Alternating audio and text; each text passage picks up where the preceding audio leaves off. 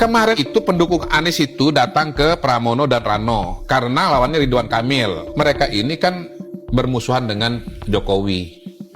Nah, minoritas datang juga kepada Pramono dan Rano karena ada PKS di situ. Nah, nggak perlu ada Anies nongol, itu sudah ke situ pendukung Anies. Tapi begitu Anies nongol, minoritasnya kabur. Itu yang saya bilang, dikira suhu ternyata cupu itu. Dan ini adalah salah langkah besar. Kalau nggak ada Anies, ini bisa menang ini Pramono Rano ini. Dan mungkin satu putaran, sekali putaran. Menetapkan hasil pemilihan gubernur dan wakil gubernur daerah provinsi daerah khusus Jakarta tahun 2024 dengan perolehan suara sebagai berikut. 1. Pasangan calon nomor 1 atas nama HM Ridwan Kamil dan Haji Suswono dengan perolehan suara sah sebanyak 1.718.160. 2. Pasangan calon nomor urut 2 atas nama Komjen Pol Purnawirawan Dharma Pongrekun, SIK MMM Hum dan Dr. Insinyur R. Kunwardana Abioto dengan perolehan suara sah sebanyak 459.230. 3. Pasangan calon nomor urut 3 atas nama Dr. Insinyur Pramono Anung Wibowo, MM dan Haji Rano Karno SIP atau Sidul dengan perolehan suara sah sebanyak 2.183.239. Ketiga, hasil pemilihan gubernur dan wakil gubernur provinsi daerah khusus Jakarta tahun 2024 sebagaimana dimaksud dalam diktum 1 dan diktum kedua ditetapkan dan sekaligus sebagai pengumuman pada hari Minggu tanggal 8 bulan Desember tahun 2024 pukul 16.01 waktu Indonesia bagian Barat. Kalau nggak ada Anies, ini bisa menang ini Pramono Rano ini. Dan mungkin satu putaran, sekali putaran. Tapi begitu ada Anies, batal deh. Ya, ini Kodari ini juga beberapa kali kita menyaksikan sangat membenci, sangat tendensius sekali komentar-komentarnya jika berkaitan nama Anies Baswedan. Khususnya ini ketika Pilpres ya, Kodari ini mulai menyerang seakan-akan Pak Anies ini tidak punya kontribusi apa-apa dan tidak bisa diperhitungkan di Republik ini. Padahal andai Pak Kodari ini mau jujur seperti apa kontribusi Pak Anies di Republik ini, maka Pak Kodari saya rasa tidak akan seperti itu membuat opini menggiring framing bahwa Pak Anies ini seperti bukan siapa-siapa di Republik ini. Nah, kita akan saksikan bagaimana respon Pak Anies langsung saja. Karena saya tidak pernah bertanya tentang apakah Anda memilih saya atau tidak. Sama sekali tidak pernah tanya. Ketika saya tugas di Jakarta, boleh dicek, ini Billy ikut nemenin. Tidak pernah memberikan arahan kepada jajaran, batasi ke program hanya di daerah yang dulu kita menang. Daerah yang kalah, tidak sama sekali. Selesai pilkada, maka itu adalah sejarah. Itu sudah menjadi keputusan. Tugas saya adalah memajukan kota Jakarta apapun pilihannya pada saat pemilu kemarin. Dan bahkan saya sering mengatakan, I'm not asking you to like me, I'm not asking you to vote for me, but I'm asking you to help Jakarta, I'm asking you to help Indonesia. Itu. Saya tidak minta Anda untuk menyukai saya tidak minta Anda untuk memilih saya, tapi saya meminta Anda untuk bekerja memajukan Jakarta dan memajukan Indonesia.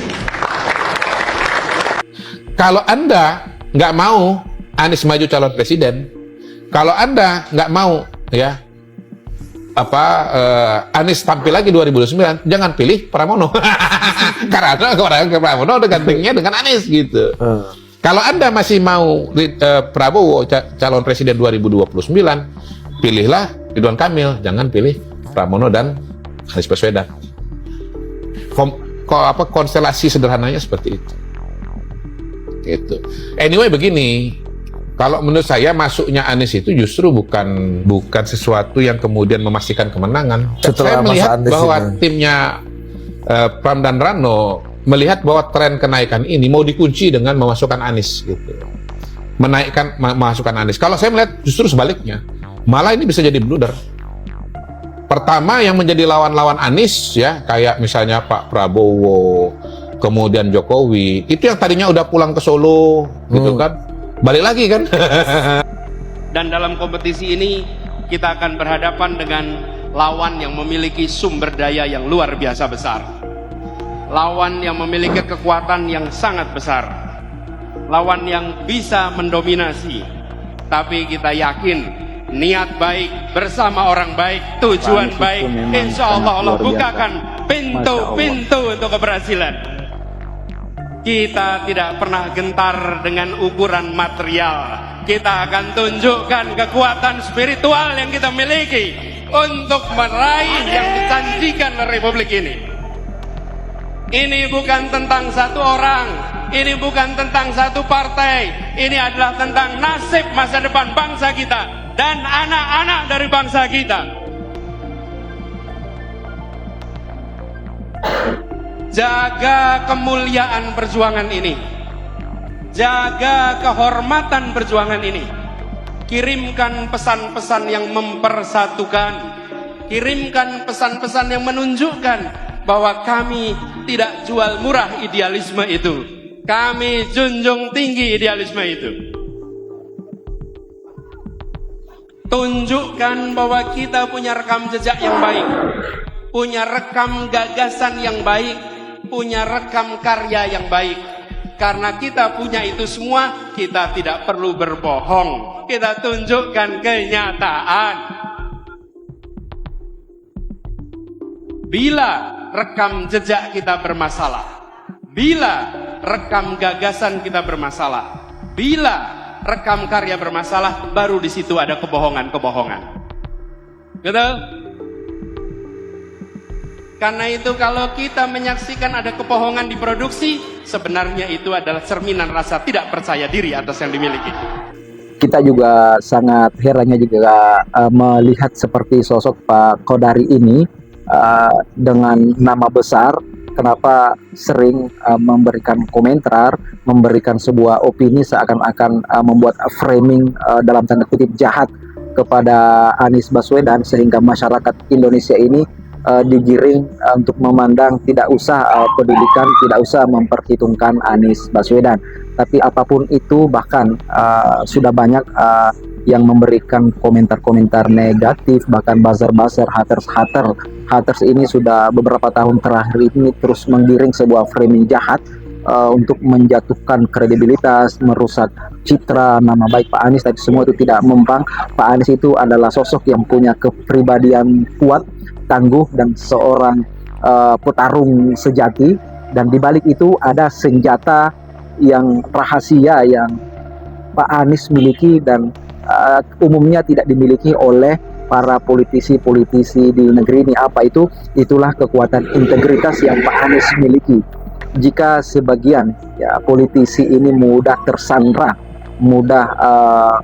tersandra oleh sebuah kasus, sehingga tidak bisa maksimal di dalam menyampaikan visi-visinya, tidak bisa mengeluarkan statement yang dalam tanda kutip untuk melawan oligarki. Karena itu tadi ada beberapa kasus di belakang layar yang mungkin menyandra mereka. Berbeda dengan Pak Anies Baswedan, beliau dengan enteng, tenang, santai. Kalau itu kepentingan rakyat, kalau itu demi kedaulatan bangsa, maka Pak Anies tidak berpikir untuk tidak mengatakannya.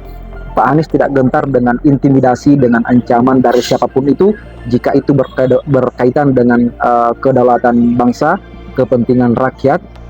Itulah kekuatan integritas, kejujuran, amanah yang Pak Anies miliki. Dan beberapa kali beliau, Pak Anies ini, disangkut pautkan dengan namanya ingin diseret dalam isu korupsi. Namun berkali-kali juga itu mereka yang menggiring, justru mempermalukan atas pemberitaan itu, karena Pak Anies tidak bisa didapatkan sedikit pun celah untuk sampai saat ini punya indikasi pernah terlibat di dalam kasus korupsi. Pernah hangat berita Formula E, dan belakangan Pak Hasto membongkar itu bahwa ada indikasi di mana Pak Jokowi ingin meminta Pak Anies agar disangkutkan dalam kasus sebuah korupsi tertentu. Itu di salah podcastnya Akbar Faisal, Pak Hasto membongkar hal itu. Dan memang Pak Anies adalah orang yang jujur, dan itulah rahasianya. Beliau tidak bisa tidak tersandra dengan kasus apapun. Dan Pak Kodari ini seperti tidak sadar akan hal itu. seakan-akan Pak Anies juga tidak punya kontribusi, padahal beliau adalah penggagas gerakan turun tangan Indonesia Mengajar. Beliau lagi ketika menjadi gubernur Jakarta membawa Jakarta sejajar dengan kota-kota global modern di dunia hanya 1 periode 5 tahun. Itulah sosok Anies Baswedan yang membuat mungkin peran iri dengki mereka yang menyerang beliau, ingin menjatuhkan nama beliau, tidak mampu melakukan hal yang sama seperti Pak Anies lakukan. Sekian, terima kasih.